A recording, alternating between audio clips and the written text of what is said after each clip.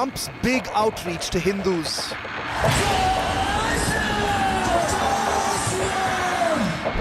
Angry Trump points at Bangladesh. Opportunist Trump needs Desi vote.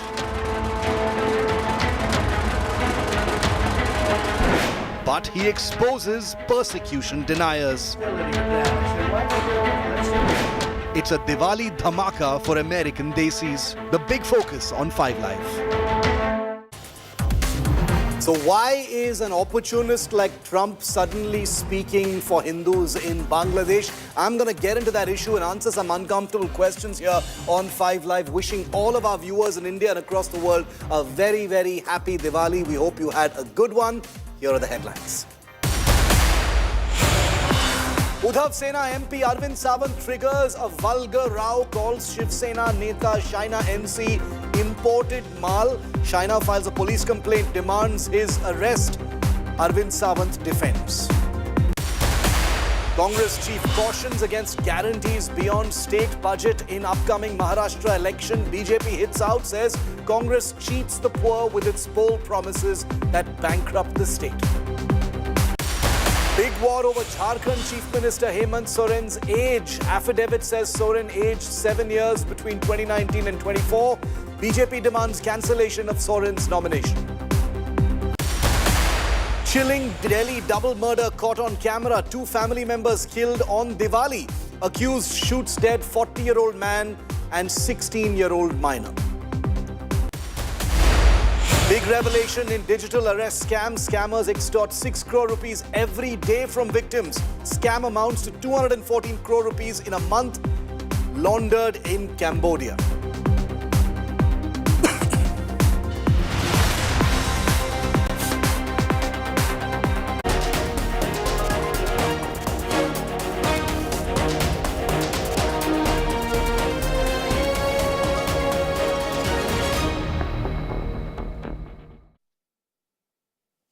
Donald Trump's statement on social media highlighting the persecution of Hindus in Bangladesh and other minorities has created huge ripples beyond just social media.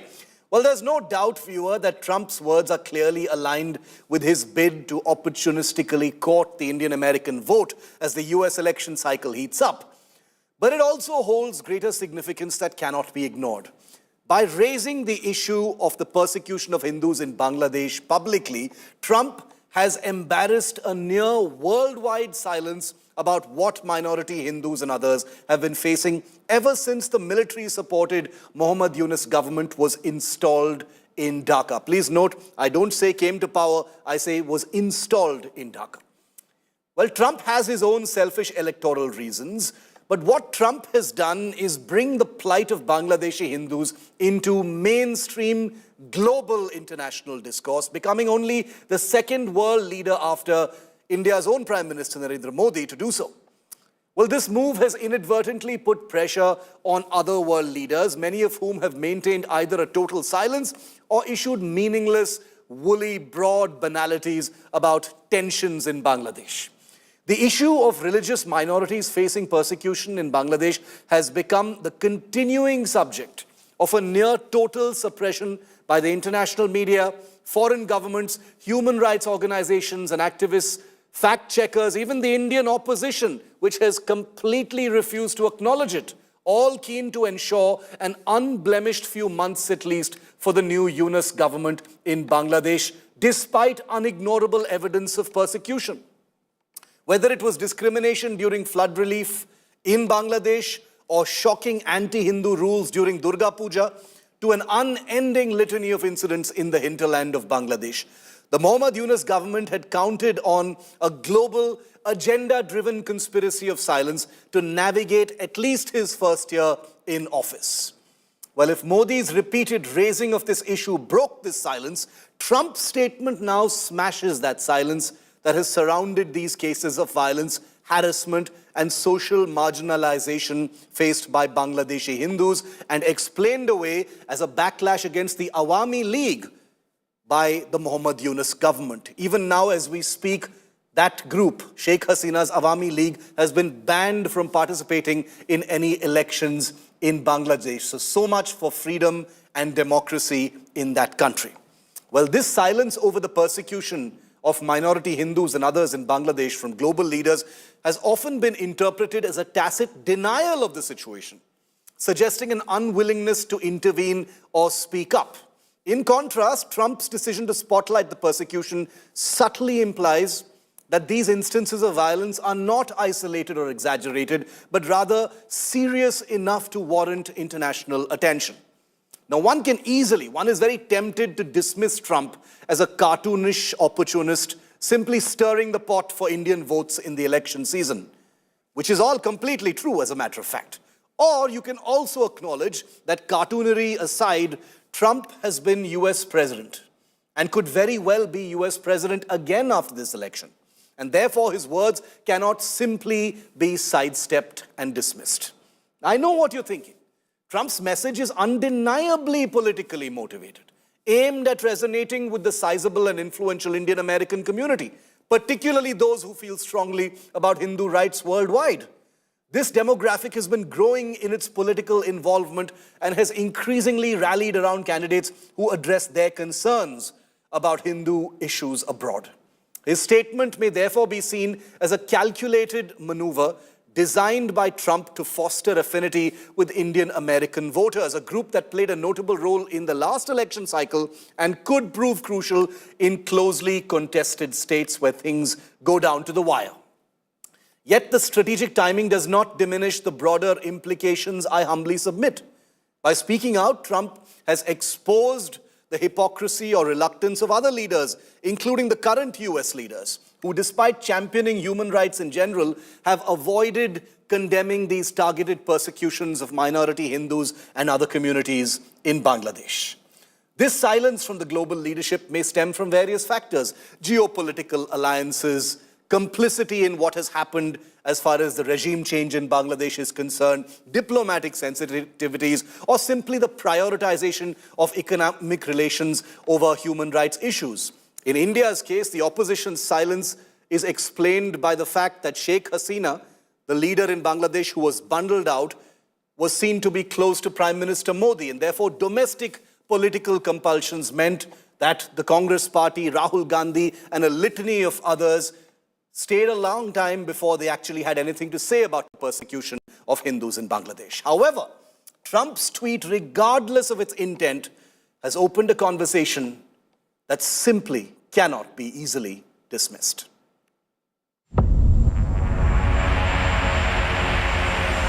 Donald Trump wades into the Bangladesh communal tension issue in his Diwali message. The Republican nominee condemned barbaric violence against Hindus and other minorities in Bangladesh and criticized US President Joe Biden and Vice President Kamala Harris for their handling of the situation. Trump accused Harris, his Democratic presidential rival, and Biden of ignoring Hindus worldwide and in the United States. He promised that under his administration he would protect Hindu Americans from the quote-unquote anti-religion agenda of the radical left. The statement comes amidst targeting of Hindus in Bangladesh after the ouster of Sheikh Hasina from power, an issue that has largely drawn silence from world leaders apart from Indian Prime Minister Narendra Modi. In July and August, several members of the Hindu community in Bangladesh were assaulted and their properties and shops were vandalized by mobs. Reaching out to Indian American voters, since this is, after all, election season, Trump pledged to strengthen ties with India and Prime Minister Narendra Modi if re-elected. The BJP and VHP have welcomed the message from Donald Trump. एक बड़ी अजीब विचित्र विडंबना है देश की और दुनिया की कि जब हिंदुओं के ऊपर हमले होते हैं, हिंदुओं को सताया जाता है, तो न सिर्फ बाकी वर्ल्ड लीडर्स जो है ना चुप्पी साध लेते हैं, अपितु साथ ही साथ उस ऑपरेशन को ऑपरेशन नहीं माना जाता, उसको उत्पीड़न को उत्पीड़न नहीं माना जाता, ऐसी खबरों को छुपाया भी जाता है। तो ये स्वागत कदम है। नरेंद्र मोदी दुनिया के पहले ऐसे ग्लोबल लीडर थे जिन्होंने बांग्लादेशी हिंदुओं पर हो रही रिलीजियस एट्रोसिटीज़ के खिलाफ खुलकर बोला था। और उनके कॉल के बाद वर्ल्ड लीडर्स इस पर बोलना शुरू हो चुके हैं. Whereas domestically, our vote bank politicians of India Alliance, in particular Rahul Gandhi and Priyanka Vadra, are absolutely silent. Kamala Harris has also shared her Diwali greetings.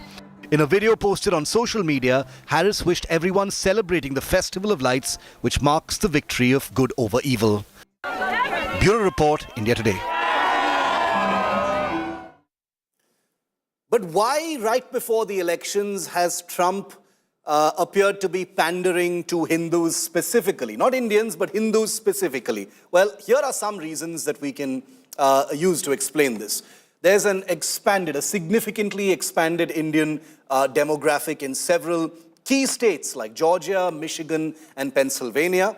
There's a high Indian engagement in US polls, as much as 70% turnout in 2020. Sincere American Desi is going out to vote. 75% Indian voter turnout projected in this upcoming poll, so much more than the last time, 71%. Immigration, healthcare, and economic policy issues are very key poll issues on which Indians vote in the United States. There is a bid to swing South Asian voters backing the Indian American Kamala Harris. So all of this is a very, very considered decision by Donald Trump. This isn't necessarily something that comes out of a sense of ethics or a sense of sensitivity. This is very much about the elections, but it also sends out a larger message. Joining me on the show today, we have Rohit Sharma, our man on the ground in the United States, who's been fronting our coverage. Gaurav Sawant is also with me. He will be in the United States very soon to track the US election coverage. Rami Desai is a columnist, distinguished fellow with the India Foundation, and someone who's written and commented extensively on the issue of Hindus in Bangladesh and the persecution. Rami, I'm going to come to you right after I get a quick word from both Gaurav and Rohit. Rohit, to you first. Were you surprised by what Trump said? It was a pretty long statement, but like the points that I've just read out, would you like to add some more? Well, absolutely. I mean, the fact is, usually we get a tweet that says Happy Diwali, to all Indian and all South Asians and stuff like that. Yeah. I mean, we don't usually see that long of a message, from anybody. And so it definitely came as a surprise and also a welcome surprise to a lot of Hindu and Indian Americans who've been talking about this issue. Remember, there were protests, widespread protests in America from Washington, D.C. all the way to California. When the government changed in Bangladesh, people were talking about these atrocities committed against Hindus in Bangladesh.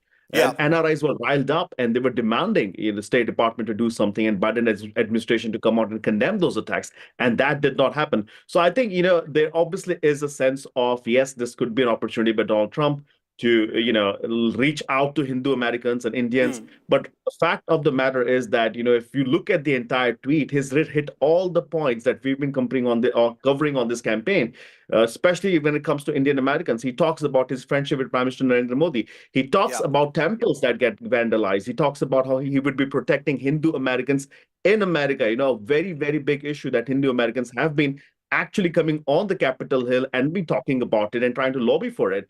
And the very fact that a lot of these same Indian Americans can swing vote in those key states, plus North Carolina, Shiv, I think that makes it very, very interesting 3 days before the election.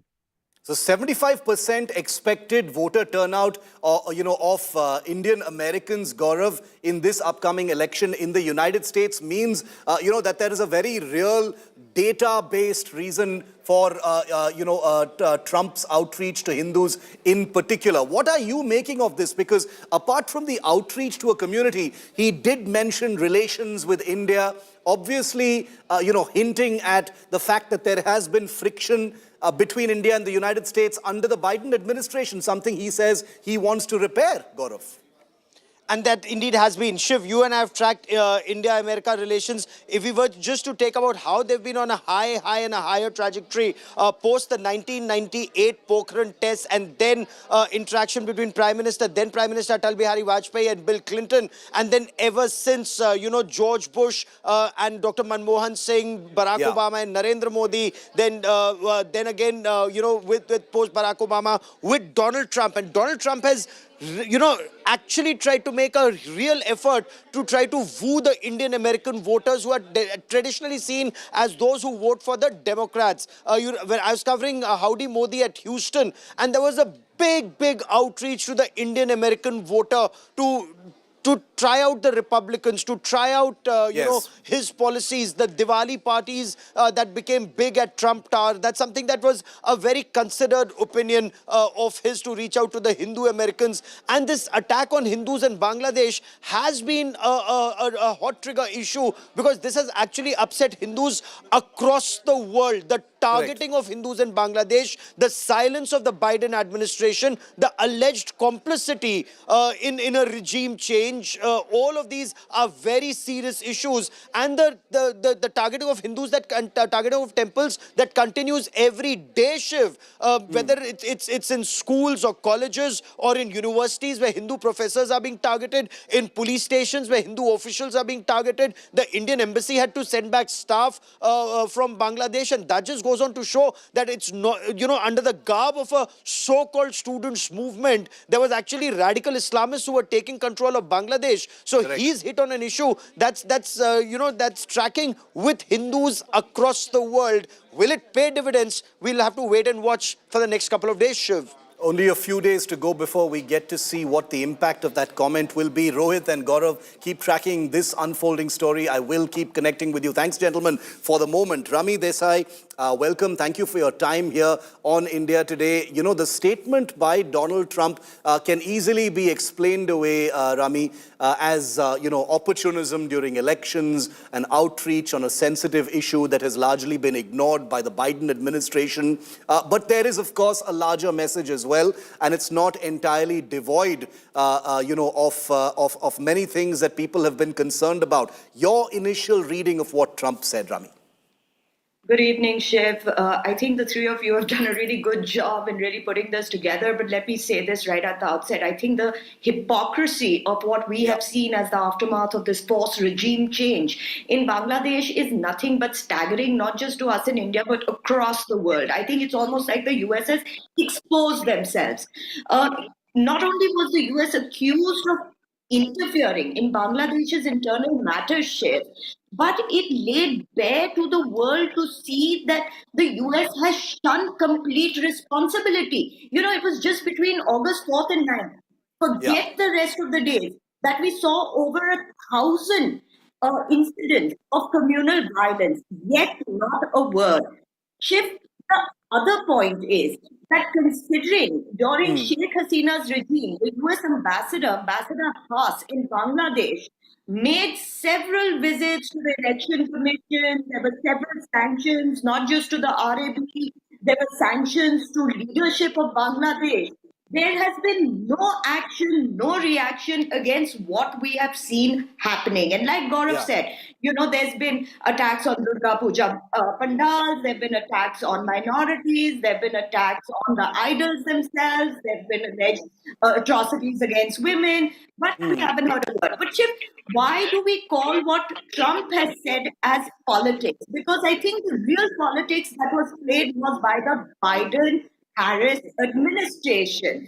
You see, it was during the Modi-Biden talks that we saw this complete bluff being played out. The Indian readout mentioned that Prime Minister Modi Biden expressed their shared concern over the situation in Bangladesh. But did the American readout express that? No, it only focused on the Ukraine-Russia war. Correct. Number two, when we talk about this sort of complete blackout of the atrocities against Hindus in Bangladesh or anywhere else in the world, the fact remains that the rise of this sort of hatred against Hindus, this sort of the way Hindus are treated or Hinduphobia is very evident, considering it was the Democratic Congressman Shri Thanedar who took out the resolution 1131, blasting the government for being sort of complicit with the rise of Hinduphobia in the US. So nevertheless, Shiv, while we think that Trump's statements are politically motivated. I think for people like me who've been observing what has been happening in Bangladesh, and not just in Bangladesh, even if you look at in Myanmar, the Yeah. kind of politics that is geopolitics that is being played out there by the US makes it seem like that the Biden-Harris dispensation was playing politics. They had certain actors to please, and Yes. they definitely were not on the side of India or on the side of Hindus. Rami, my second question to you is, you've painted a very clear picture about the persuasions and the inclinations of the Biden administration. What explains this apparent conspiracy of silence by virtually every other world leader as well? Did they all just fall in line, considering that the United States wasn't talking about it? But, I literally cannot think of anyone apart from, Prime Minister Modi and now Donald Trump having explicitly, without broad generalities, talking about the persecution of Hindus in Bangladesh. How does one explain that, this kind of global silence about it? Shiv, the reason I smile is because it is so obvious, that Yeah. you take, you follow, the US, and what US's stance on the situation is now. For US to accept that there has been this sort of a backlash against minorities when the world was warning them about it. People like me who observe these regions for the last 2 years have been saying that there is going to be a huge backlash if the Sheikh Hasina government is, forcefully changed, if there's a regime change, if there's international interference, because it is the radical groups that are dying to come up, and no country in the world is going to be able to control them. Having said that, yes, other countries took cue, and the reason they took cue is because the US decided to stay mum, and the reason the US decided to stay mum is because they don't want to take responsibility of what they have been fairly and squarely accused of. And this has happened many times before, Shiv, and I will say this as an analyst on this region, Bangladesh is not the only country that this is going to happen in, and we are going to see a backlash in our neighborhood. I think the next country we should be really closely watching is Myanmar, by the statements of its own American newspapers. It is today called the sacrifice road. So I think this is sort of a repeat offense wherein the US thinks it can come and control radical elements, and it has never been able to do that. We just need to take a look at our northwestern country. My final question, Rami, then is this: there are many different threads to what the ex-US president said in that social media post. There's one aspect is, like we discussed, the political aspect pertaining to the elections. The other pertains to the deep state India-US relations. How should India strategize? How should India read this and plan its next step? There are uncertainties afoot. Donald Trump could well be the next president. We'll know that over the next few days. So there must be an air of what next, and how do we use this as far as India is concerned? I think, Shiv, that's a very good question, and something that deserves longer observation and discussion on. But the fact remains that as long as you have a politician that is making the right sounds, that is their job. And if Trump is making the right sounds against people who have been completely forgotten, the damage that has been done to a community completely forgotten, if he is making the right sounds to bring them back into focus, I think that's a good job done. However, India has a lot on its hands. We already know the state of our northwestern frontier. We need to be very aware of what is happening on our northeastern frontier, which of course includes the Bay of Bengal as well, Shiv. The reason being that India has large porous borders. These states in these areas, including West Bengal, have already had an illegal immigration problem, which has caused internal strife that you are very aware of. Any sort of disturbances on these areas will cause further damage to our internal security and put us in a far more precarious position than we see right now. I have been a strong believer of strengthening minority communities in our neighborhood because that is the right thing to do and that is where they belong. And the fact that they are not being given that safety and security should be put up in every major international organization, human rights organization, however lopsided they may be. If they can have interference in an area like Manipur, which they know nothing about, they surely can bring themselves to comment on larger issues like Bangladesh. Shiv, I think India has its job cut out. I think we'll have to come and see, 3 days later, come and take a stock of who is the new president in the United States. It will make a big difference to us. But having said that, we need to start strengthening our minority communities, strengthening our borders, putting certain bilaterals in place, which doesn't necessarily mean government to government, but maybe Correct. 1.5 level bilaterals to create some amount of understanding amongst policymakers, scholars, writers, and observers. Rami Desai, it's been a pleasure speaking to you and look forward to bringing you back on the show a few days from now when there's more clarity from the United States and going forward as well. Pleasure. Thank you so much for your time. Thank you, Shiv. And meanwhile, the ISKCON has praised Donald Trump for his support to Bangladeshi Hindus and the persecution that is taking place there. Here's a look in this conversation with India Today's Suryagni Roy. We are very grateful, बहुत बहुत धन्यवाद Donald Trump जी का। हम देख रहे हैं कि last 70-80 दिनों से किस तरह जो तांडव चल रहा है हिंदुओं के विरुद्ध में बांग्लादेश में हो रहा है।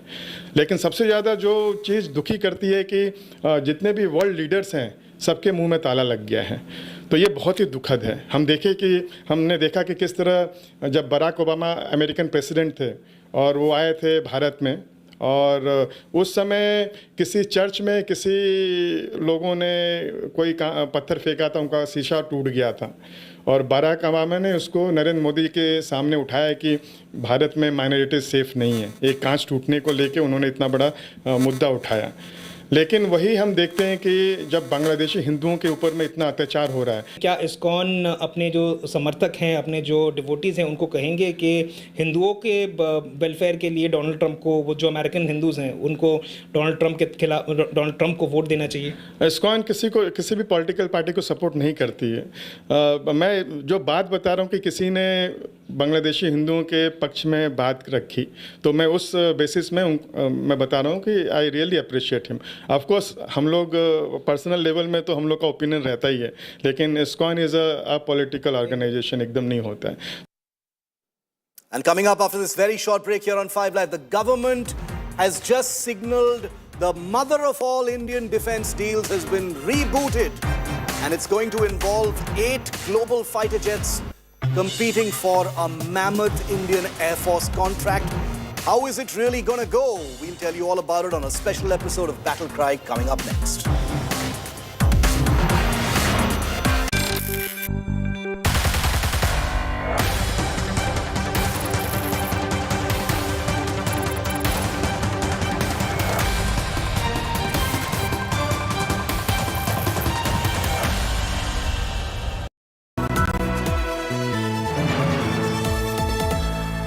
Motorola Razr 50 Ultra comes with Google Gemini.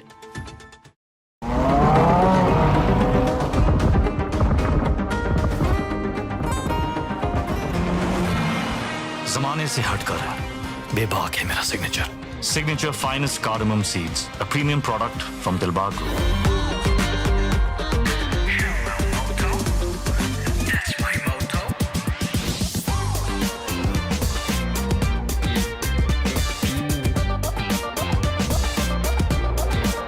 हो जा रंगीला रे with Motorola's incredible range of smartphones. Hello, Moto.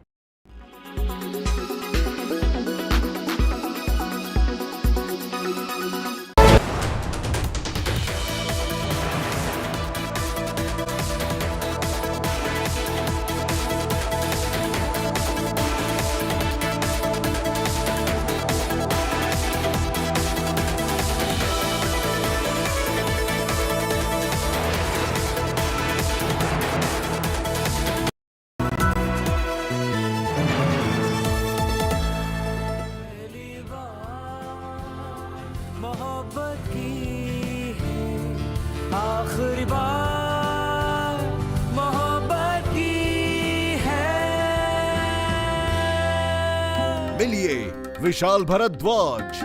साहित्य आज तक दिल्ली में लाइव 22, 23 और 24 नवंबर major Dhyanchand national stadium, India Gate, New Delhi.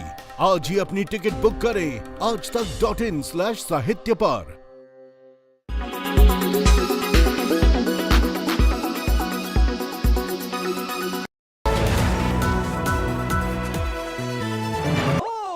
Sorry.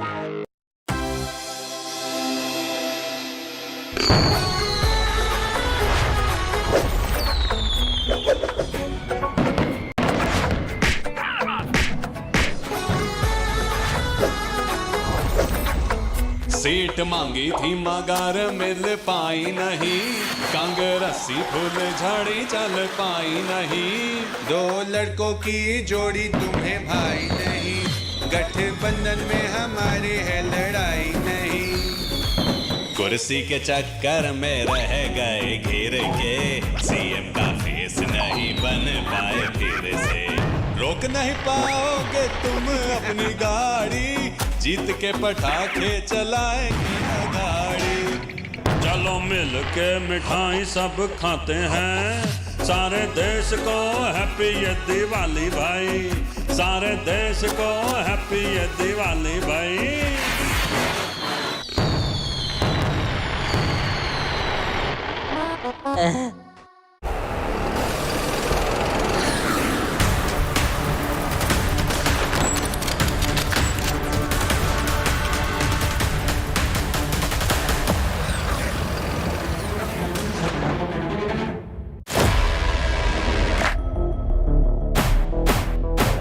India's next big fighter hunt.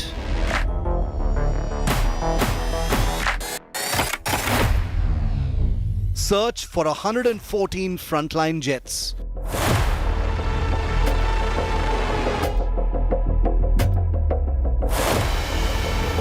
Government signals global Air Force contest. 8 fighters in mega dogfight. 8 fighters in mega dogfight.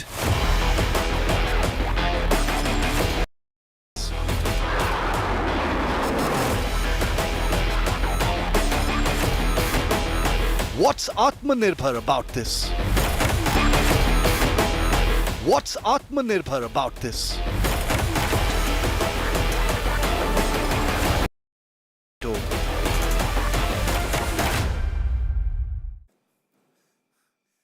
Hello and very warm welcome to all of our viewers. This is a Diwali special dhamaka episode of Battle Cry, and it truly is a potential dhamaka, viewer, because we're now talking about the Indian government rebooting the biggest ever contest out there to give the Indian Air Force 114 new generation multi-role fighter aircraft. It's called the MRFA for multi-role fighter aircraft, and it is for 114 of the contenders that you see on your screen. The intention now is that most of these will be built here in India as part of a local production line, with a handful of them being imported from abroad. In case you're getting a sense of deja vu, well, it isn't just a deja vu, because this is something that has almost identically happened over the last couple of decades. So if you're wondering why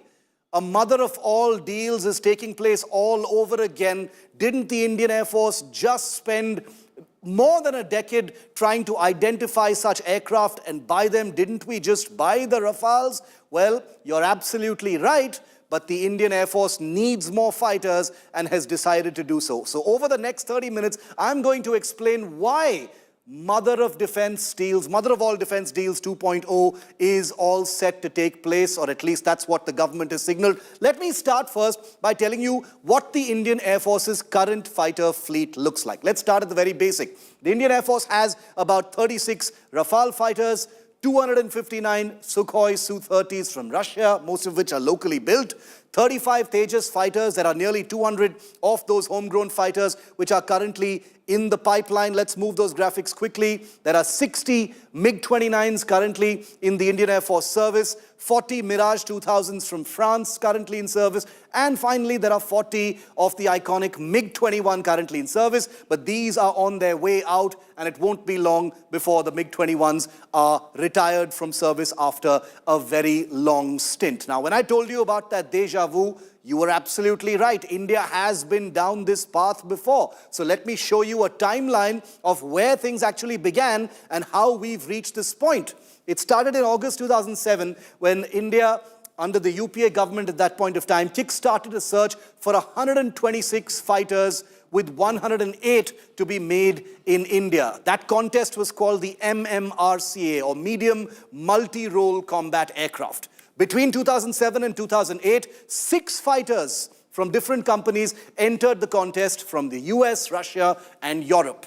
Between 2008 and 2010, the Indian Air Force spent grueling hours field testing these 6 contending fighters in order to arrive at a winning decision. In May 2011, the Indian Air Force shortlisted the Rafale from France and the Typhoon from Germany, Spain, Italy, and the UK as the finalists. In January 2012, the Rafale from France was declared a winner of this contest. Remember, the plan was to acquire 126 of these aircraft. So by January 2012, it was decided the Indian government would acquire 126 Rafales.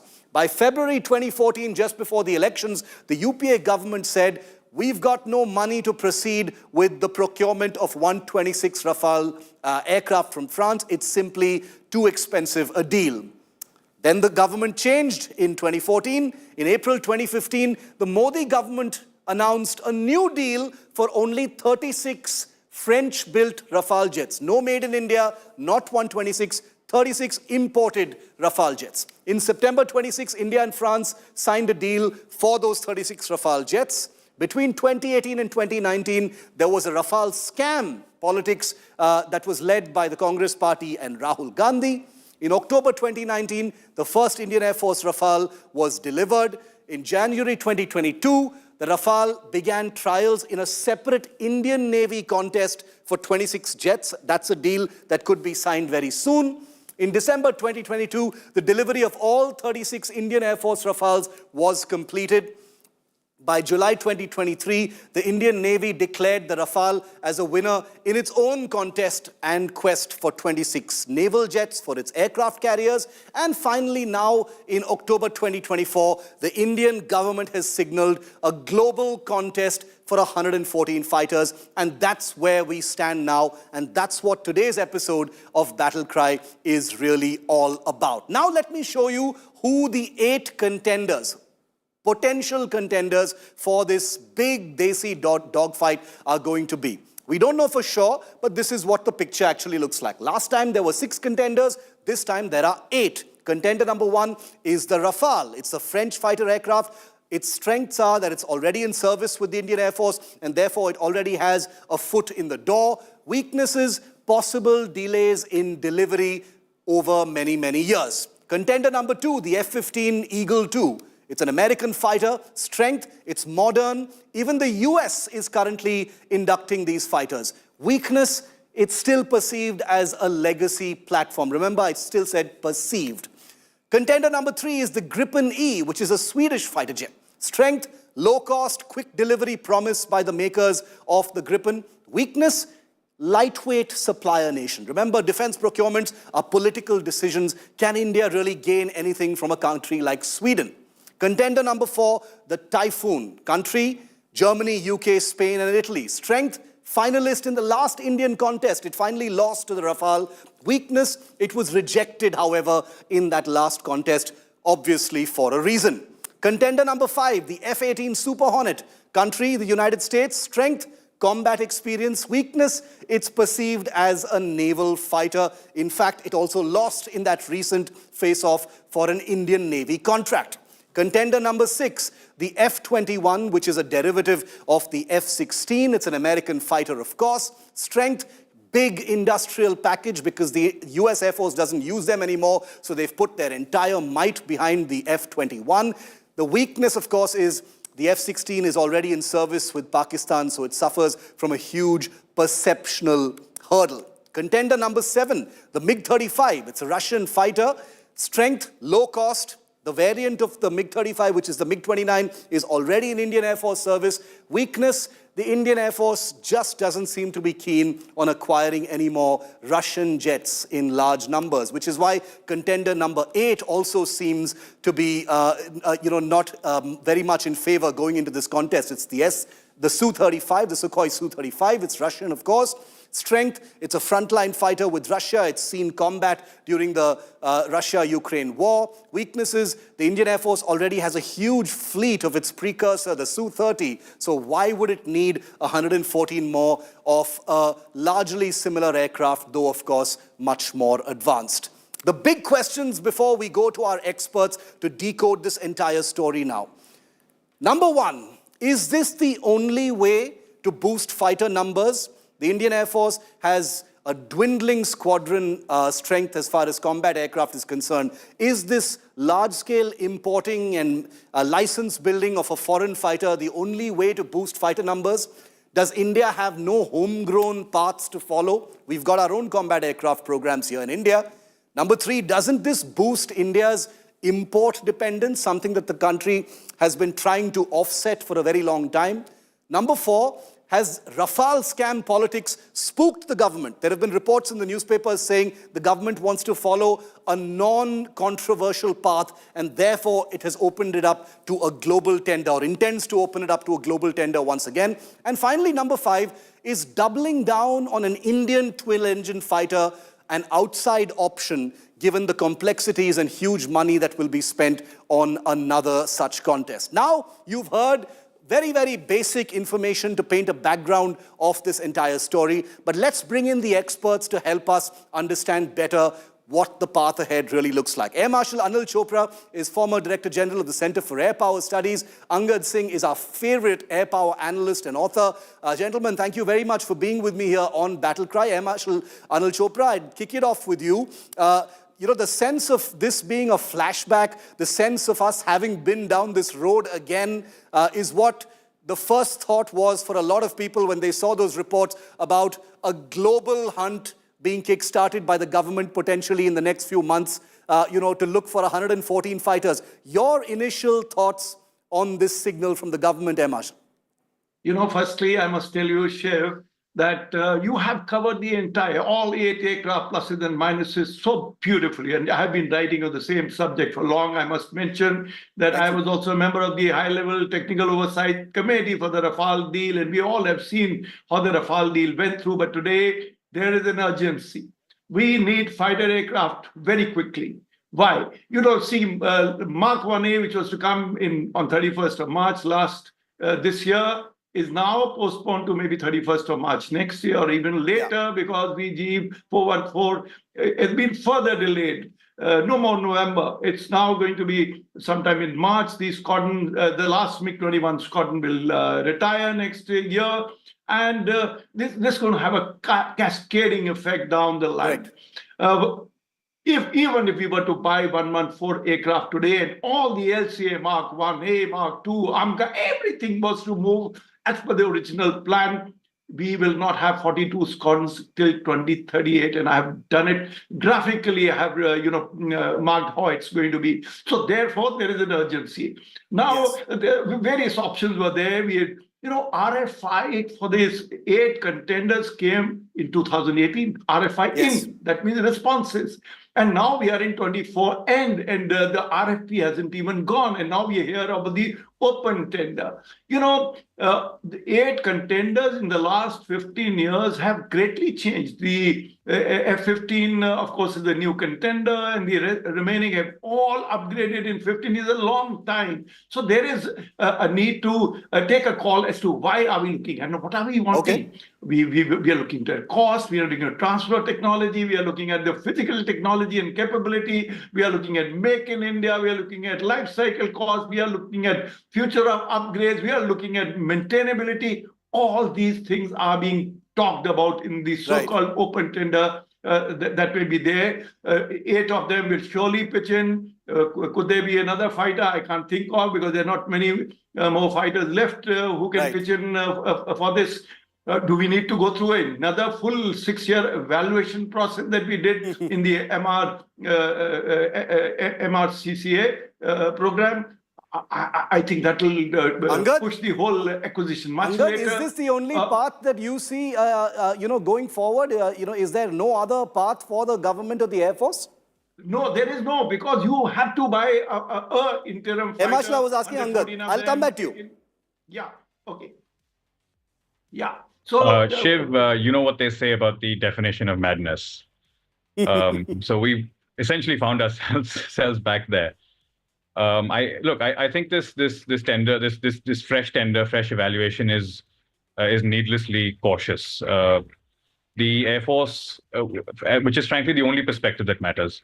The Air Force knows what it wants. The Air Force knows what is viable.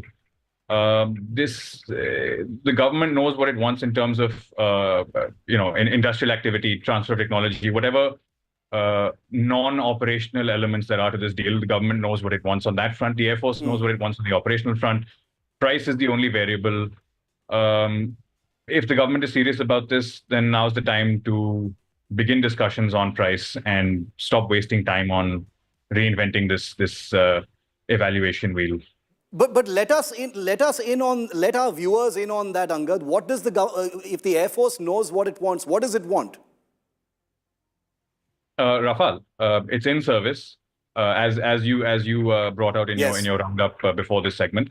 It's in service. We've paid, the Indian government has paid good money for India-specific enhancements, those modifications that bring the Rafale to the level required by the Indian Air Force. Why are we not amortizing that money over more airframes? Why are we? This whole thing seems to me like a terrible waste of time on every front.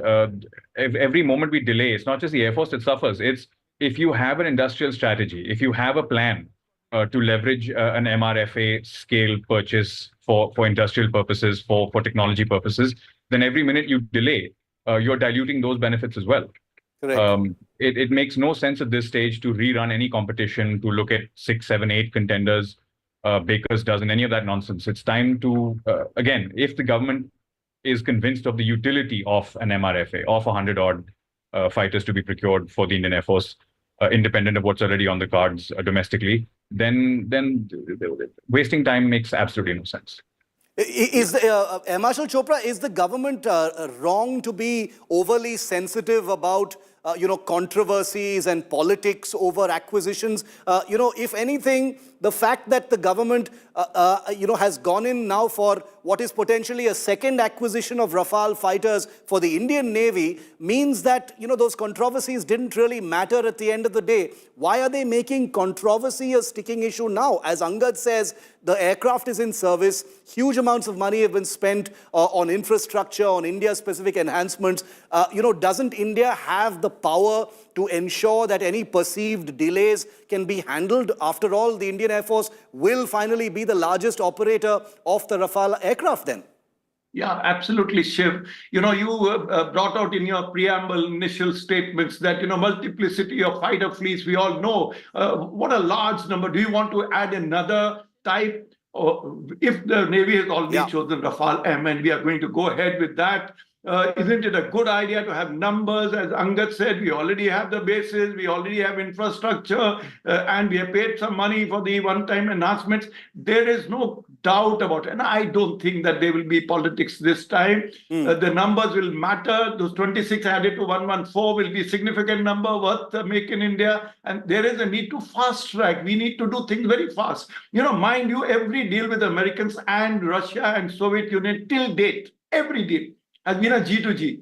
And if we have done a G2G with the French, the price has been already established. And I think there is no other choice at this moment. And even if, we have to repeat this, the same thing, that Rafale is the only choice if we really want to do things very, very fast. And I must also mention, the French Air Force is bringing in F4, the latest version of the Rafale. F5 they are working on. F5 is going to be ready by 2029, and we should be inbuilt in the contract that we will have these upgrades F4 and subsequently F5. In fact, the initial contract should be for F4 itself. And there is no reason for us to introduce yet another type in such small numbers, more so because the Navy has already shortlisted Rafale. Yes.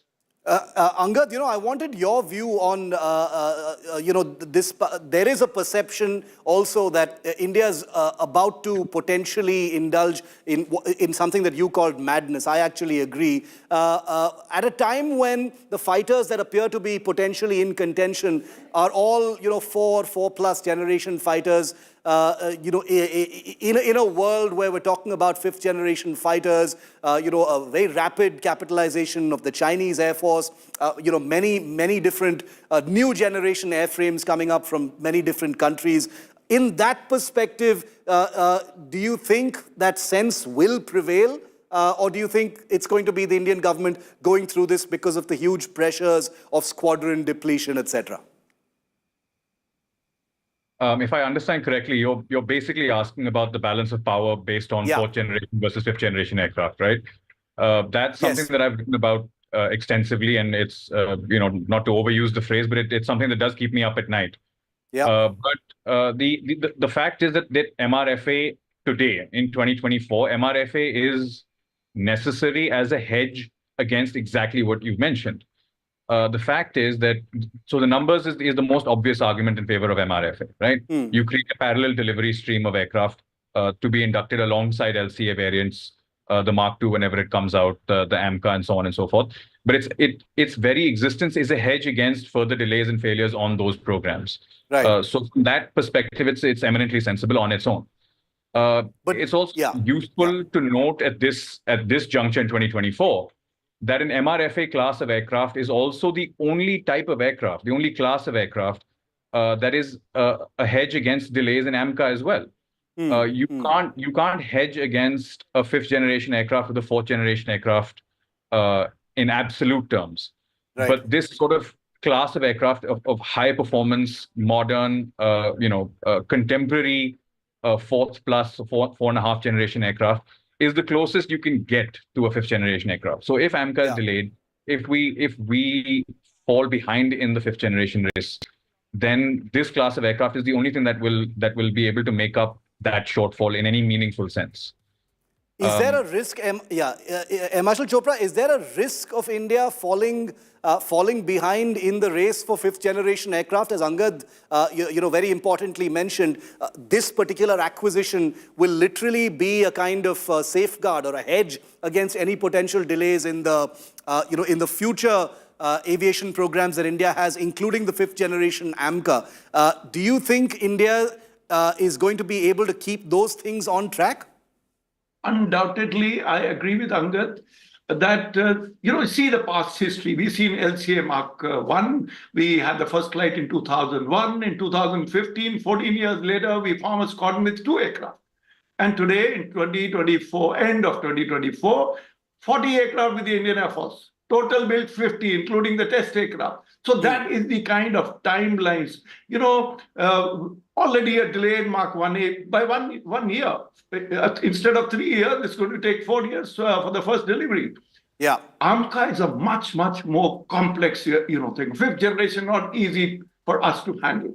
And my personal feeling, my biggest worry is Pakistan is already talking to China for fifth generation aircraft. They want the J-31. They're already talking with Turkey, with the Khan. In fact, 20 technicians from Pakistan already were there. They are going to be in AMCA. My personal feeling is that it won't induct before 2035 to 2038. That's the timeline. And imagine if 2029, as the Pakistan Air Chief has said, that they will have a fifth generation aircraft, what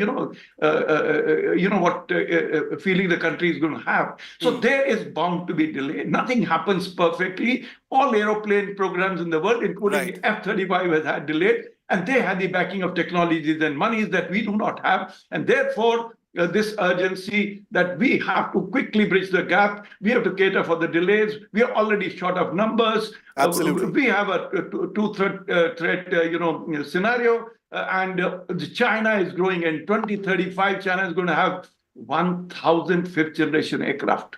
more than the entire strength of Indian Air Force, they will have in the 5th generation. That is the reason why we need to not only buy the 1114, but we have to do it very, very quickly. Yes. Angad, I'll leave the last comment with you then, because we started with madness.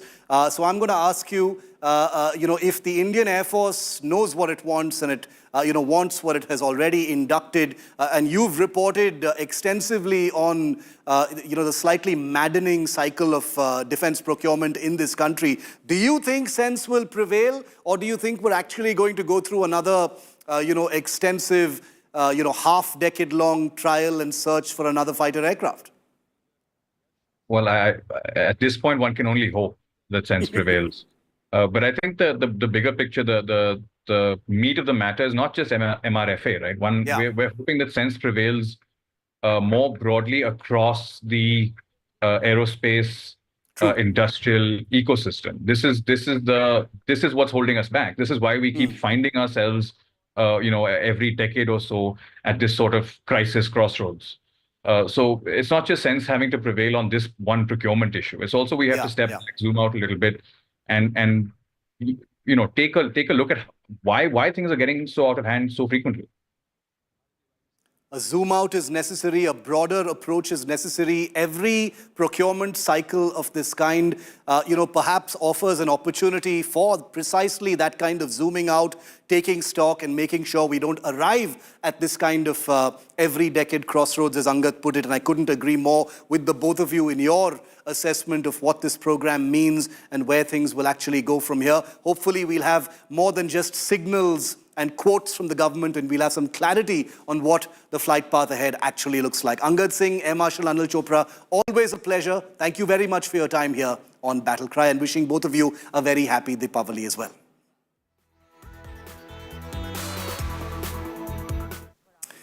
Well, that's it on this special episode. Also wishing all of our viewers once again a very happy Diwali. Thank you so much for watching. The news continues on the other side right here on India Today.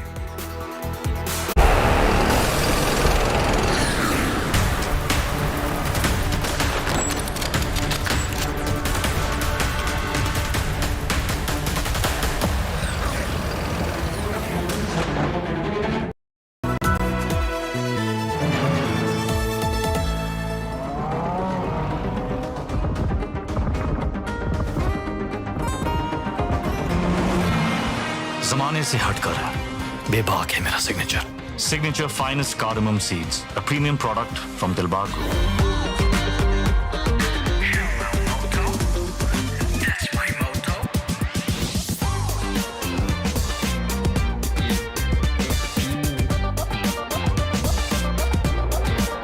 हो जा रंगीला रे with Motorola's incredible range of smartphones.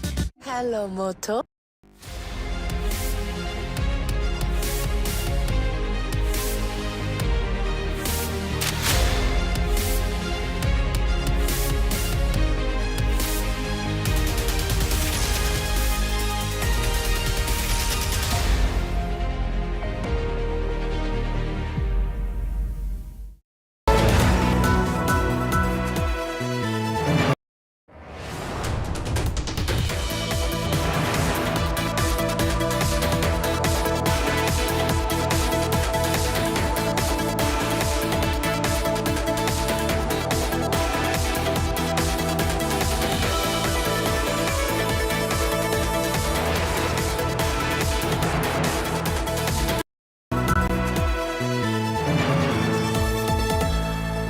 Motorola Razr 50 Ultra comes with Google Gemini. Hi, I am AI anchor Sana, bringing the top headlines for you, presented by Motorola. Donald Trump condemns violence against Hindus and other minorities in Bangladesh, claims Kamala Harris and Joe Biden ignored Hindus. Bibek Debroy, chairman of PM's Economic Advisory Council and top economist, passes away at 69. Nagpur police nabbed suspect behind bomb threat hoaxes targeting airlines.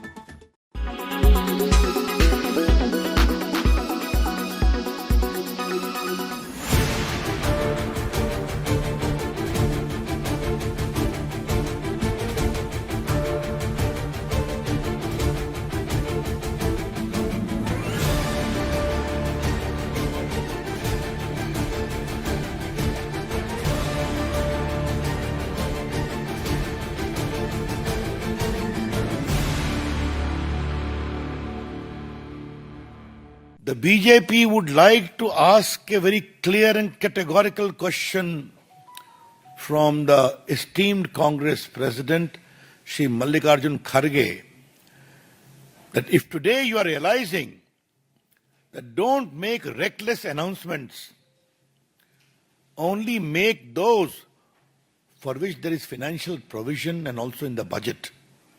And has he given the first gyan to his leader, Shri Rahul Gandhi? Bharat की राजनीति में एक नया शब्द माननीय राहुल गांधी जी ने लाया है, खट खटाखट, खट खटाखट। तो ये जो कई चुनावों से खट खटाखट चल रहा था, उसका खटाखट का क्या होगा?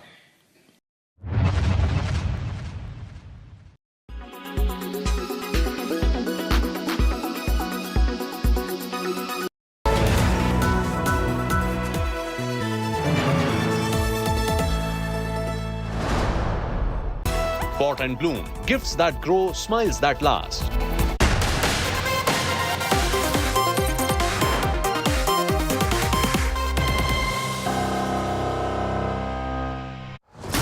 Sena UBT MP's sexist jibe at China NC.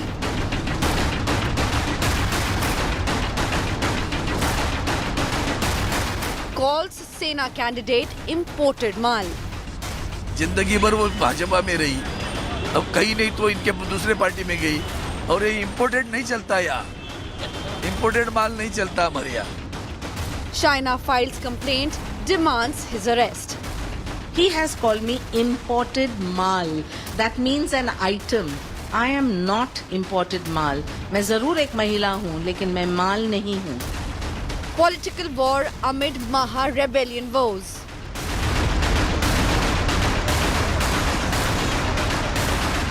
Battle for Maharashtra takes ugly turn.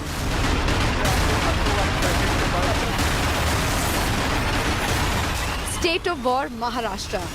Top focus on 6 p.m. prime.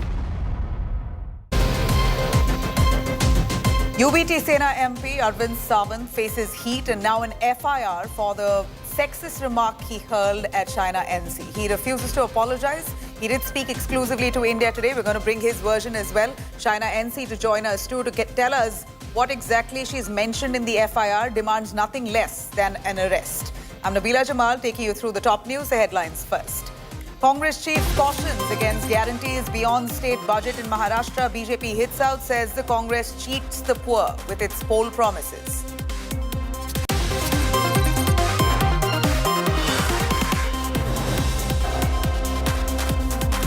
Big Jharkhand war controversy over CM Hemant Soren's age.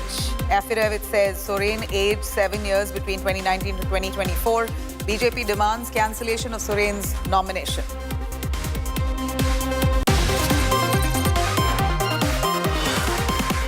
Chilling Delhi double murder caught on camera. 2 family members killed on Diwali. Accused shoots a 40-year-old man, and it's shockingly orchestrated by his own 16-year-old minor nephew.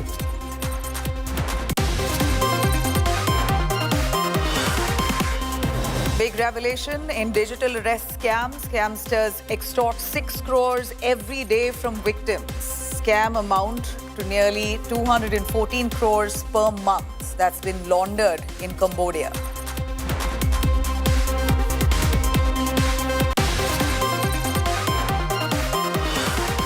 National Capital Region's cracker ban goes up in smoke. Thick smog blankets over Delhi. Pollution levels plummet to alarming levels at very poor category post-Diwali.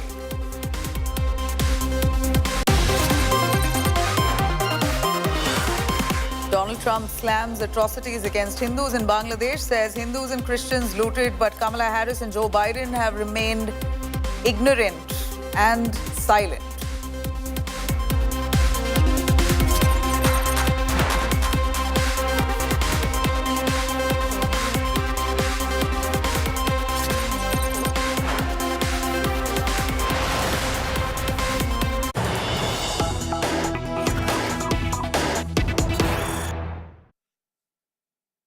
Right, Prime Minister Modi's big attack at the Congress. That's the big news that we're tracking this hour after Mallikarjun Kharge spoke on freebies, asking his own party members not to announce freebies and in fact go over the state budget, to be cautious when making those announcements ahead of Jharkhand and Maharashtra assembly polls. Here's Prime Minister Modi picking up on the issue of freebies. Prime Minister Modi says the Congress's so-called guarantees have remained unfulfilled. He says Congress never delivers on its promises. Congress now badly exposed. Prime Minister Modi's tweet there saying, check any state where the Congress has governments today. Himachal Pradesh, Karnataka, Telangana, the developmental trajectory and the fiscal health is turning from bad to worse. Their so-called guarantees lie unfulfilled, which is a terrible deceit upon the people of these states. The victims of such families are the poor, youngsters, farmers and women who are not only denied the benefits of these promises, but also see their existing schemes diluted. A fully worded message there and a fully loaded one. Prime Minister Modi putting out that tweet on freebies right on a day when the BJP has latched on to Mallikarjun Kharge's comment, where he's advised his own party members not to announce guarantees which is disproportionate to the state's budget, to be wary of a situation of bankruptcy, asking for his own party leaders not to overpromise in these poll-bound states. Prahlad Joshi, Union Minister, has spoken on this. Let's hear it. In a way, what he has said indicated is, till Maharashtra election, you just keep quiet. That was his indication. So Congress throughout the country, in many states, they are giving such type of false promises, false guarantees, which they are not able to carry out, implement. Only for the sake of vote, they do all these things. And now, for the sake of Maharashtra election, they have stopped whatever that they wanted to re-look into it, re-examine it. They have stopped it, but after Maharashtra election, definitely it is going to happen. Congress party always thinks of the vote. They never bother about the welfare of the people. All right, let me bring in Piyush Mishra joining us live for more on that. Piyush, the BJP has been picking up on what Mallikarjun Kharge said and how. Prime Minister Modi himself now attacking the Congress party, mentioning all the Congress ruled states, saying wherever there are guarantees that the Congress has made to the people at large, they fail to deliver. This is basically cheating the people in the name of guarantees, fooling them. Tell us more on what the BJP's version is on freebies, which has now come back into conversation right ahead of Jharkhand and Maharashtra assembly polls. Well, absolutely, Nabila. We are now seeing this BJP has it out at the Congress party. Remember that today in the morning we got to know how Mallikarjun Kharge was sharing stage with DK Shiv Kumar and Siddaramaiah, Chief Minister of Karnataka. He had said that you should not make promises which you cannot fulfill, because at the end of the day, if you don't fulfill it, you are going to be criticized. The following which we saw various BJP leaders came out and criticized Congress for making promises and not being able to fulfill it. Now, PM Narendra Modi himself has put out various posts on social media platform X, where he is now also, saying fake promises of Congress. Prime Minister has also hit out at Congress by saying that campaigns after campaigns, the Congress party has not been able to fulfill the promises which it made in the states like Himachal Pradesh, Telangana, and now in Karnataka. He has also warned people of, not trusting on the Congress party, because the promises which it is making is not fulfilling that. Remember that this controversy has erupted just ahead of the elections in the state of Maharashtra. And we'll have to wait and watch how the Congress is further going to react to what the Prime Minister has said. Piyush, the BJP, right from the start of the day, have been picking up examples like in Karnataka, where DK Shiv Kumar himself spoke about reviewing one of the guarantees, like the free bus ride for women, saying many women are now willing to pay for the bus ride. We're evaluating it. Though after criticism, he goes back on his word yet again. But nonetheless, the Prime Minister Narendra Modi specifically picking on all the Congress-ruled states, saying be it Himachal, Telangana, Karnataka, promises made by the Congress haven't really been fulfilled. This is as clear worded message that he's put out on his social platform. A clear jibe ahead of Maharashtra assembly polls and Jharkhand. But whereas the same Congress, on the contrary, says the BJP is copying our guarantees in the states that they govern. Absolutely, Nabila. And while you're speaking about the Congress-ruled states, states, Prime Minister has also given the example of a BJP-ruled state of Haryana, where he has said that people have again reposed their trust in BJP government because the promises which BJP made in Haryana have been fulfilled, and now the promises those who made just ahead of the elections will be fulfilled. So that's what the Prime Minister is now making the comparison between BJP-ruled states and Congress-ruled states, and he is now warning people of not trusting to what the Congress party is saying. And what is more interesting here is that Prime Minister has put out this message with a hashtag of fake promises of Congress. So that's a huge attack which is now coming in from the topmost leader of the country, PM Narendra Modi. We'll have to see how the Congress is now going to look into what Prime Minister has said. Much Piyush for joining us on that. Congress and its guarantees particularly back in the spotlight. We're looking at right ahead of assembly polls in two states of Jharkhand and Maharashtra. Mallikarjun Kharge's direction to his own party leaders, asking them not to overpromise to its people, has come under scanner. The BJP slamming the grand old party, asserting that Congress has finally accepted that they've cheated people in the name of guarantees. Here's all the controversy all about. The big debate on the Congress and its guarantees is back. This time, the controversy stoked by none other than Mallikarjun Kharge right before the next big election season. The Congress chief warned the party's state units headed for assembly elections not to announce guarantees without considering their budget. Nimbalean budget ide aa budget takkante guaranteegal kodi illa budget bittu ನೀವು ಗ್ಯಾರಂಟಿಗಳು ಕೊಟ್ರೆ ಇಲ್ಲಿ ದಿವಾಳಿ ಎದ್ದು ಹೋಗ್ತದೆ. ಈಗ ಒಂದು ಬಟ್ಟಿ ಮಣ್ಣು ಹಾಕಕ್ಕೆ ಸಡಕ್ ಮ್ಯಾಗಿಲ್ಲ, ಇದು ಇಲ್ಲ, ಎಲ್ಲರೂ ನಿಮ್ಮ ಮೇಲೆ ಬೀಳ್ತಾರೆ.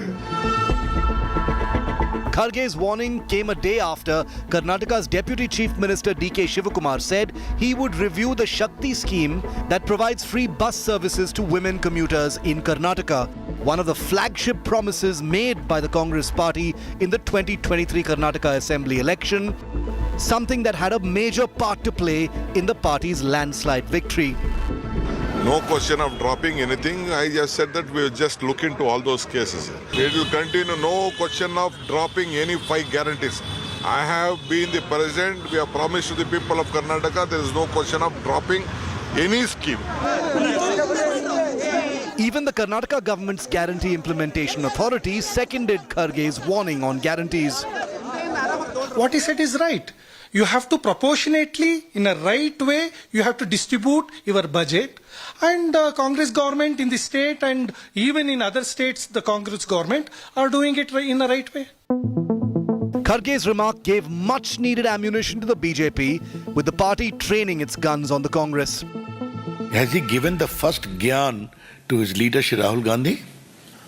भारत की राजनीति में एक नया शब्द माननीय राहुल गांधी जी लाया है, खट खटाखट, खट खटाखट. तो ये जो कई चुनाव से खट खटाखट चल रहा था, उसका खटाखट का क्या होगा? Shivakumar defended the state's guarantee model, claiming it's being adopted by major parties like the BJP as well. Karnataka guarantee model is a model for the entire country. The BJP is also adopting it and other parties are also adopting it. We are very proud that we could implement that, we could deliver that, and the people of Karnataka and the country is happy on our model. And it isn't just Karnataka. The Congress is facing hurdles fulfilling its huge guarantees in Himachal Pradesh as well. But freebies have become a regular feature now in elections. The NDA government in Maharashtra had announced SOPs worth nearly 1 lakh crore rupees ahead of the election there. These SOPs, however, run the risk of emptying the state coffers. With Nagarjun Dwarkanath in Bengaluru, Bureau Report, India Today.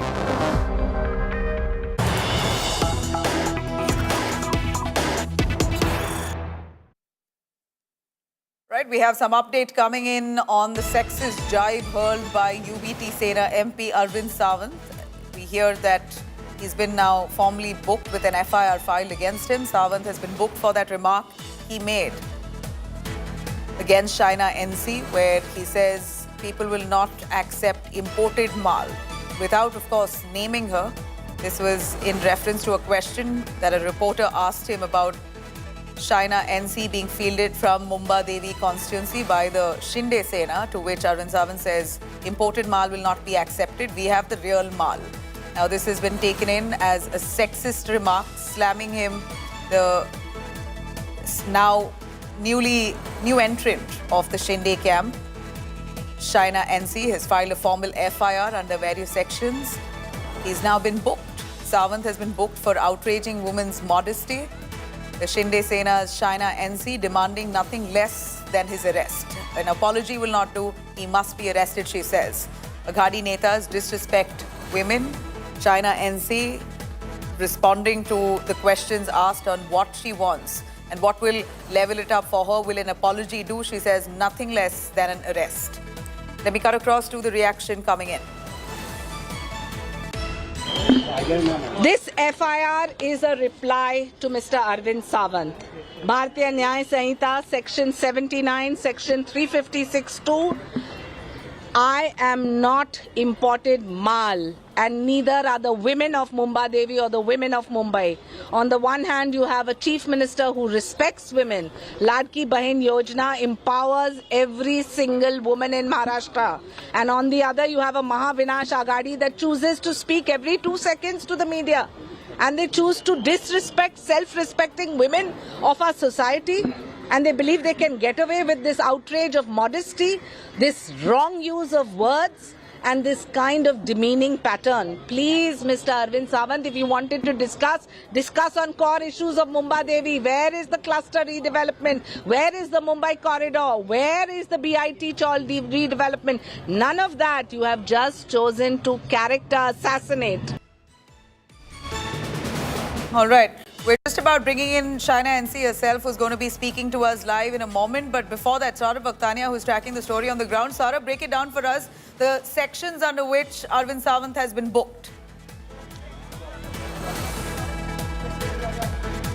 Well, a written complaint was filed by Shaina NC at the Nagpara police station, after which the police officials have now filed an FIR in this particular case. Remember, this statement was made by Arvind Sawant, and this is the fight for the Mumba Devi seat. Now, remember, Amin Patel over there from the Congress party looks very confident, and Shaina NC from the BJP, who's contesting with the Shinde's allotted seat. And it is a very interesting fight. Shaina NC also a very powerful candidate from this particular seat, and it will be a very interesting fight over there. Now, this particular statement made by Arvind Sawant has been very much objectionable, has been said by Shaina NC, and lot of questions have been raised about this particular statement. Arvind Sawant looks unapologetic. He says that he has said that Shaina NC she's not local from that particular constituency. She's an outsider, and therefore he said this particular statement. Interestingly, he's not apologetic, and time and again he's saying that she should not feel offended. If there was a problem, she should have spoken. We heard him say very clearly he's unapologetic because he hasn't mentioned Shaina NC's name. Saurabh, thanks very much. I'm going to quickly bring in Shaina NC herself. She's just filed an FIR against Arvind Sawant, says she will accept nothing less than an arrest. Thanks for speaking to India Today, Shaina. We heard what Arvind Sawant has said, highly inappropriate. You've gone on to file an FIR under various sections. Would you want to spell it out for us? Under what sections have you filed a case against him? First, let me please rebut this whole unnecessary argument that I'm some kind of outsider, because I've lived in South Mumbai all my life. There are 6 assembly constituencies in South Mumbai. My Nanihal, that is my grandmother's home, is in Madanpura, which is in Mumba Devi. So I'm no outsider. So let's dismiss that to start with. Arvind Sawant has repeatedly called me imported mal. Now, what does mal mean? It objectifies you, it treats you like some kind of an item. This is not about equality, this is much beyond. This is about derogatory comments and outraging the modesty of a woman. Our Honorable Chief Minister has empowered women always, whether it's Ladki Bahin Yojana or whether it is the fact that you have had 2.5 crore women empower their lives through the facilities which are provided by the state government. The Prime Minister has worked tirelessly towards, whether it's a Mudra, Jan Dhan, Ujjwala. The fact is that every government official as well as head of a particular party have respected women. On the other hand, you have the Mahavinash Aghadi that chooses to objectify and use this kind of comment. I had two options. One was to stay quiet and act as if it was just one more comment in the passing, or to fight for what I believe is genuinely the right thing to do. And that is why I chose to register this FIR at Nagpara police station today. No matter how long it took, I sat there and I got it to the logical conclusion, which is that we registered in the two sections, section 79 under the the Bharatiya Nyaya Samhita, and section 356(2), which is also under the Bharatiya Nyaya Samhita. Now the question is that if he wanted to comment or discuss on issues regarding the constituency, regarding Bumba Devi, I am more than happy to do so. But because I am a woman, to try and subjugate me and use this kind of terminology like I'm some item and objectify me is not acceptable to me and should not be acceptable to any Mumbaikar. And I stand for those women in Bumba Devi. I stand for the Ashirwad that Ma Bumba Devi has given me, and to raise the voice for all of them in the correct stream of things. The sad part is you had the MLA, the local MLA, standing there next to him and laughing away when this commentary was going on. So I did have a chance to speak to Arvind Sawant, and he says, I'm not going to apologize. I did not refer to Shaina NC. I did not even mention her name. And the comment I made was gender neutral, that I spoke about even my candidate, who's a male candidate, and I called him real mal. So how is that being disrespectful to women?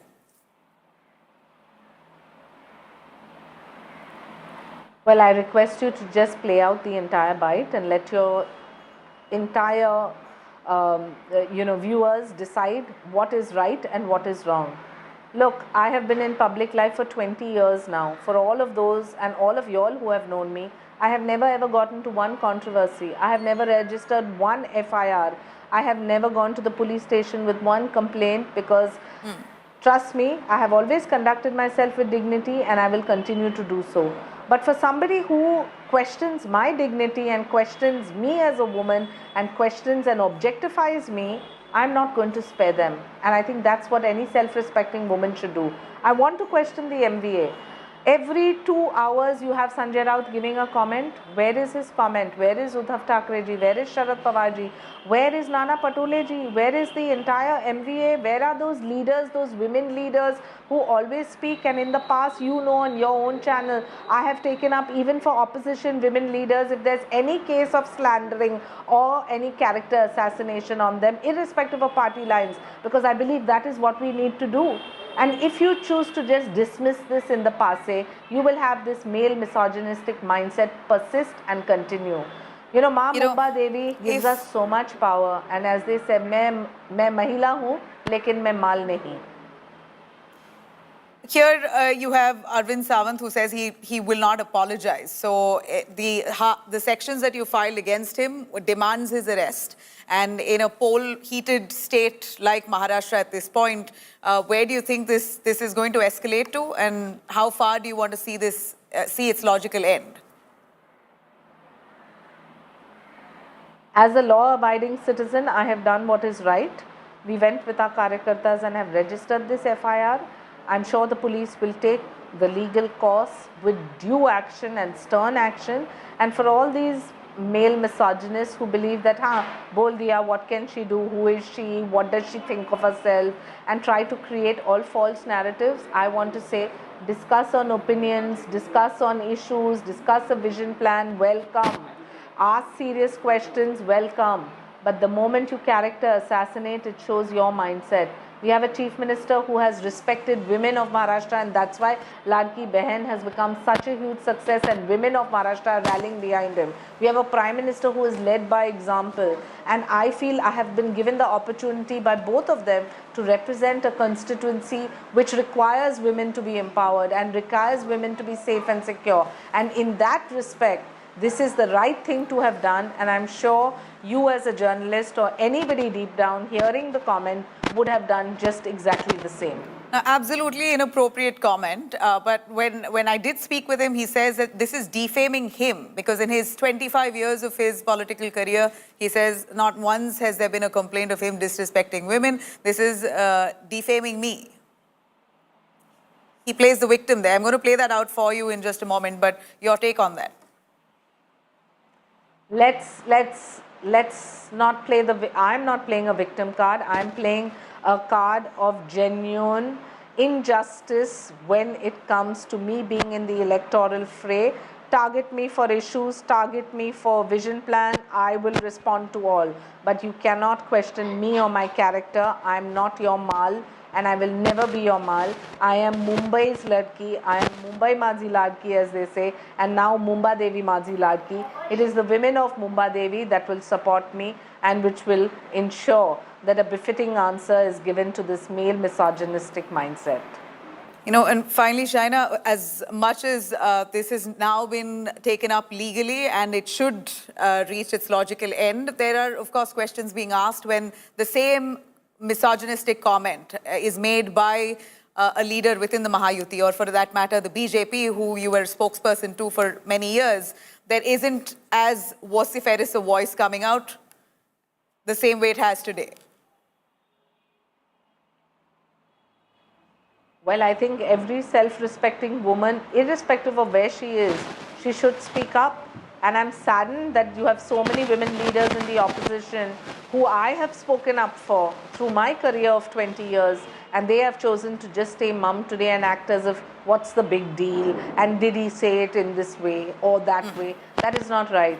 I think that if we have to really empower the Ladki Behens of our state, it starts by living by example.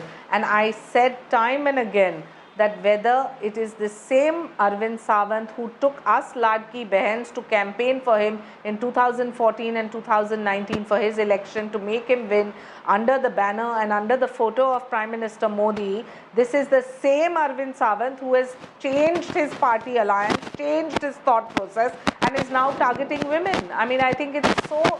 It's ironical, but it's also an apology of the situation where you have somebody who pretends to be doing nothing wrong, and look at the past, look at the present, and look at what the future will be.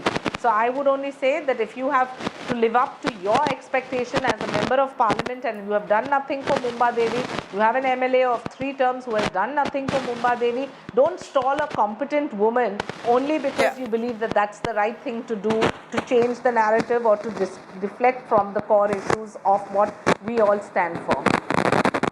Shaina NC, thank you very much. I hope you find your justice. Well, we will keenly watch the battle. Shaina NC is going to be contesting from Mumba Devi. Sena versus Sena, that war there heats up with this comment now making it all the worse and ugly. In fact, I did speak with Arvind Sawant a little while ago where I did ask him if he would apologize for hurting sentiments, for making an inappropriate comment when the media asked him questions about Shaina NC's candidacy in Mumba Devi. Here's what he had said, refusing to apologize and playing the victim, saying, I'm the one who's being tarnished. We in fact have UBT Sena MP Arvind Sawant joining us on the phone line for more clarity on this. Arvind Sawant ji, आपके against a complaint file किया गया है Shaina NC के द्वारा. She says that this is an absolute insult to women. And they call you a repeat offender. How would you justify this? She is defaming me now. The other way I will say it. I have never uttered a single word which will violate the dignity of a woman. I have never in my life, 55 years I'm in politics. You show me a single bite, even otherwise also, where Arvind Sawant has clipped his tongue and said something wrong. Never ever. So is this your first time, sir? How come? You've said very specifically the word. How come she has realized it after 2 days? Somebody has instigated her. No, but you've very specifically said imported mal, real mal. What do you mean by saying imported mal? The first thing is that don't relate it with this. I have not taken her name anywhere. I have not. Just go see that statement. Show that statement again to the country also. I have not said a name. On the contrary, their leaders. In which party she has gone? She has gone now. Last week, a young woman was assassinated. Character assassination was done. Assaulted. A rape was done against a woman. Not woman, a child, a young girl. She's in that party. I agree, Arvind Sawant. Politics. If you go on disturbing me, I will not answer. No, just a question. I will show the justification how the false narrative they want to create. The party which belongs to and the party which believes in creating wrong narratives, fake narratives. What Priyanka Gandhi has said about Prime Minister, did she say about his caste? Never ever. But you people carried it. I feel very sorry state of affairs are going. आप लोग भी उसमें से हैं सब लोग. सावंत जी, आपने एक प्रश्न का उत्तर दिया है. Someone has asked you a question about China NC contesting from Mumbai Devi, and you responded saying imported mal will not work here. It was your response to a question specifically on China NC. What I'm saying, why? You can't dictate me. The party which belongs in raping. There's a minister in her party, from her party itself, which party she has joined now.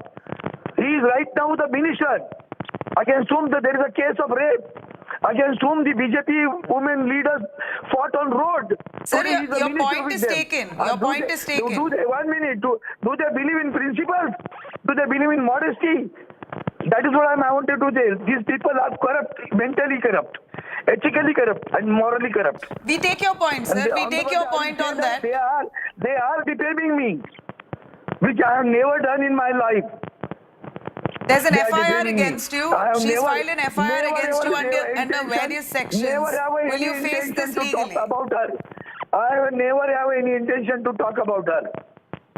But you specifically answered a question about her. What is that?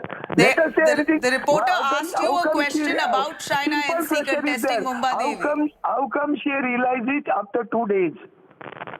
How come she realizes after 2 days? But that's not a justification, no, sir. There lies the issue. There lies the issue because they know they're going to lose the election. How to make fake narrative, how to create fake narrative is the mastery of BJP. Sir, will you apologize? Arvind Sawant, will you apologize? All basically corrupt parties. All three parties are corrupt. Mentally, ethically, morally. But sir, will you apologize? And I don't want. The credibility of a person is more important. The credibility of the party is that in which he is believing in is a corrupt. Mentally, ethically and morally. And therefore, the party doesn't have any credibility. Their statement should not be taken as a credible statement. Okay? But will you apologize, sir, if she's hurt? She's filed an FIR? Why should? When I do not want to insult her at all. She was my friend for a long time. You ask her whether Arvind has behaved like with her any time. She could have told me immediately. She would have called me also. Arvind ji, kya baat kiya? If somebody has told her to do this. No, but you said it. But you said it in the media, sir. It's not as if it was in closed doors. They are defaming me now. No, I will say the other way. They are defaming me now. So how are they defaming you? They are defaming me now. They are defaming me. How do you think are they defaming you? How are they defaming you? Definitely. When I have not uttered a single, I have not. See, that's what I'm saying. I have never uttered a single word which will violate, which will insult the dignity of woman. Sir, but imported mal is not appropriate. Why the word imported mal is not appropriate. Why you are saying it again and again? There lies the issue. Are you a lawyer for her? Sir, your bite is running on national television. Your bite is running on national television. Original mal is there. The mal word is for both. He is a male. She is a female. So therefore, you can discriminate. The meaning of the word for both. You can discriminate. How can you discriminate when I said it is the original mal for my own candidate? So that also a mal. There also I said a mal only. How you discriminate this? Male and female. Oh, what Sir, a great logic. Will you face this FIR? There's an FIR, right. I feel pity about you. Will you face the FIR, sir? Will you take this up legally? Arvind Sawant ji? All right, that was Arvind Sawant there explaining his side of it, refusing to apologize. But I'm going to play out to our viewers for your benefit on what exactly he said when media persons asked him a question on China NC contesting Mumba Devi constituency. Here's what he said. ये हालत देखो ना भैया, जिंदगी भर वो भाजपा में रही, अब कहीं नहीं तो इनके दूसरे पार्टी में गई, और ये इम्पोर्टेड नहीं चलता यार, इम्पोर्टेड माल नहीं चलता हमारे यहाँ ओरिजिनल माल चलता है, ओरिजिनल माल है हमारा. You have this Mahavinash Agadi that has only chosen to disrespect women. He has called me imported mal. That means an item. I am not imported mal. मैं जरूर एक महिला हूँ, लेकिन मैं माल नहीं हूँ. And let me tell you, on the 20th of November, you will get a befitting answer. But this is not a scoring point. This is our self-respect as women in public service. जिंदगी में कभी मैंने अवमान नहीं किया. मैं जिस क्षेत्र में काम करता था वहाँ तो महिलाओं की बहुत बड़ी मात्रा में संख्या थी वहाँ. हमने कभी जिंदगी में किया नहीं. रही बात, जो बात मैंने की है ना, मैं उनका नाम लिया है. आप बाइट दोबारा बताना, आधी बात नहीं बताना. मैंने अपने कैंडिडेट को भी वही बोला है, ये ओरिजिनल माल है. तो क्यों, उसका मतलब क्या होता है? Goods in English. तो आपको क्यों लगा? अच्छा 29 को हुआ, 1 तारीख को कैसे याद आ गया? All right, shifting our focus now to yet another poll-bound state, Jharkhand. Chief Minister Hemant Soren has landed in controversy for his age mentioned in his election affidavit. Now, controversy erupted after Soren mentioned his age in the 2024 affidavit as 49 years, while in comparison, in 2019, he had mentioned his age to be 42 years.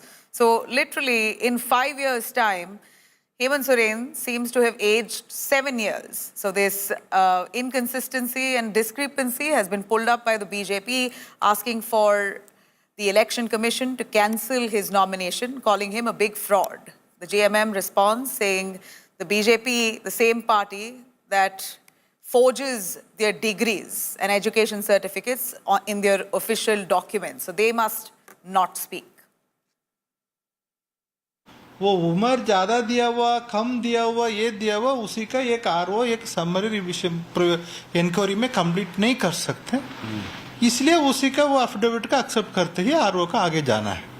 उसके बाद वो उसमें गलती रह गया, वो सब कुछ रह गया, वो इलेक्शन पिटीशन का मामला बनती है ना, तो आरओ का इशू बनती है, वो तो इलेक्शन पिटीशन में हाई कोर्ट में उसका बात का देखा जाती है. देखिए, मुख्यमंत्री हेमंत सोरेन जी के एफिडेविट ने यह दिखा दिया है कि हेमंत सोरेन जी के नेतृत्व वाली झारखंड सरकार में कुछ भी संभव है. साहब 2019 के एफिडेविट में इनकी उम्र 42 वर्ष थी, लेकिन आश्चर्यजनक रूप से 5 वर्षों बाद इनकी उम्र 7 वर्ष बढ़ गई, यानी 49 वर्ष के हो गए. तो ये कौन से क्या थ्योरी ऑफ रिलेटिविटी के हिसाब से चल रहे हैं मुख्यमंत्री जी, ये समझ से परे है. बीजेपी तो हर तरह का तिकड़म भिड़ाती है. मैंने कहा ना कि उनको विकास पर चुनाव नहीं लड़ना है, वो पीठ पीछे ही छुरा भोगने का काम करने की कोशिश करती है, लेकिन उन्हें कामयाबी नहीं मिलेगी. ये चुनाव लड़ेंगे और बहुत अच्छे से हम लोग जीत के यहाँ सरकार बनाएंगे. Satyajit joining us live for more details with that story. Satyajit, will there be any change in the affidavit mentioned now that the BJP has pulled it up? What has been JMM's response? Why this mistake?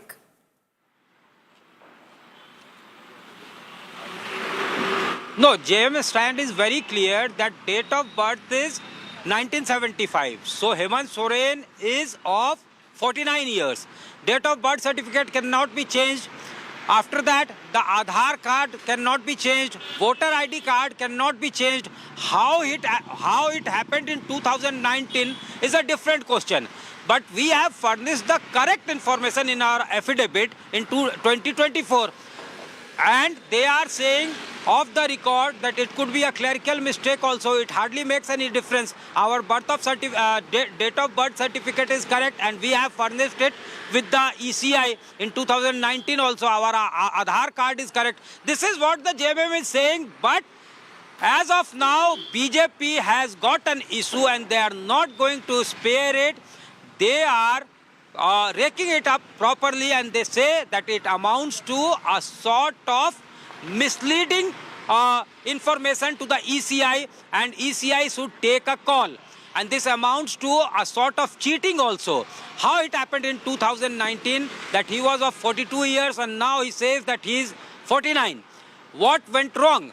But we spoke to the Chief Electoral Officer also, he said categorically that when someone furnishes any affidavit, it means that he is affirming that whatever information has been furnished in the true to his knowledge, affidavit yes. is correct to the best of his knowledge. After that, if there is any issue and there is something wrong in that affidavit, there is the option of filing an election petition is always open. So we are not going to decide it in a way. What we have gathered is that now if BJP wants some action, they'll have to file an election petition in the court. That is how. So we'll see if the BJP goes ahead with that. Satyajit, we've heard you. Thank you very much for joining us with those details. Congress has jumped in to support Hemant Soren, saying this is hardly an issue. The actual focus should be what the educational background of Hemant Soren is, in a way taking a jibe at the BJP. Well, we're slipping into a short break. Coming back on the other side on how Delhi's pollution levels has peaked. National capital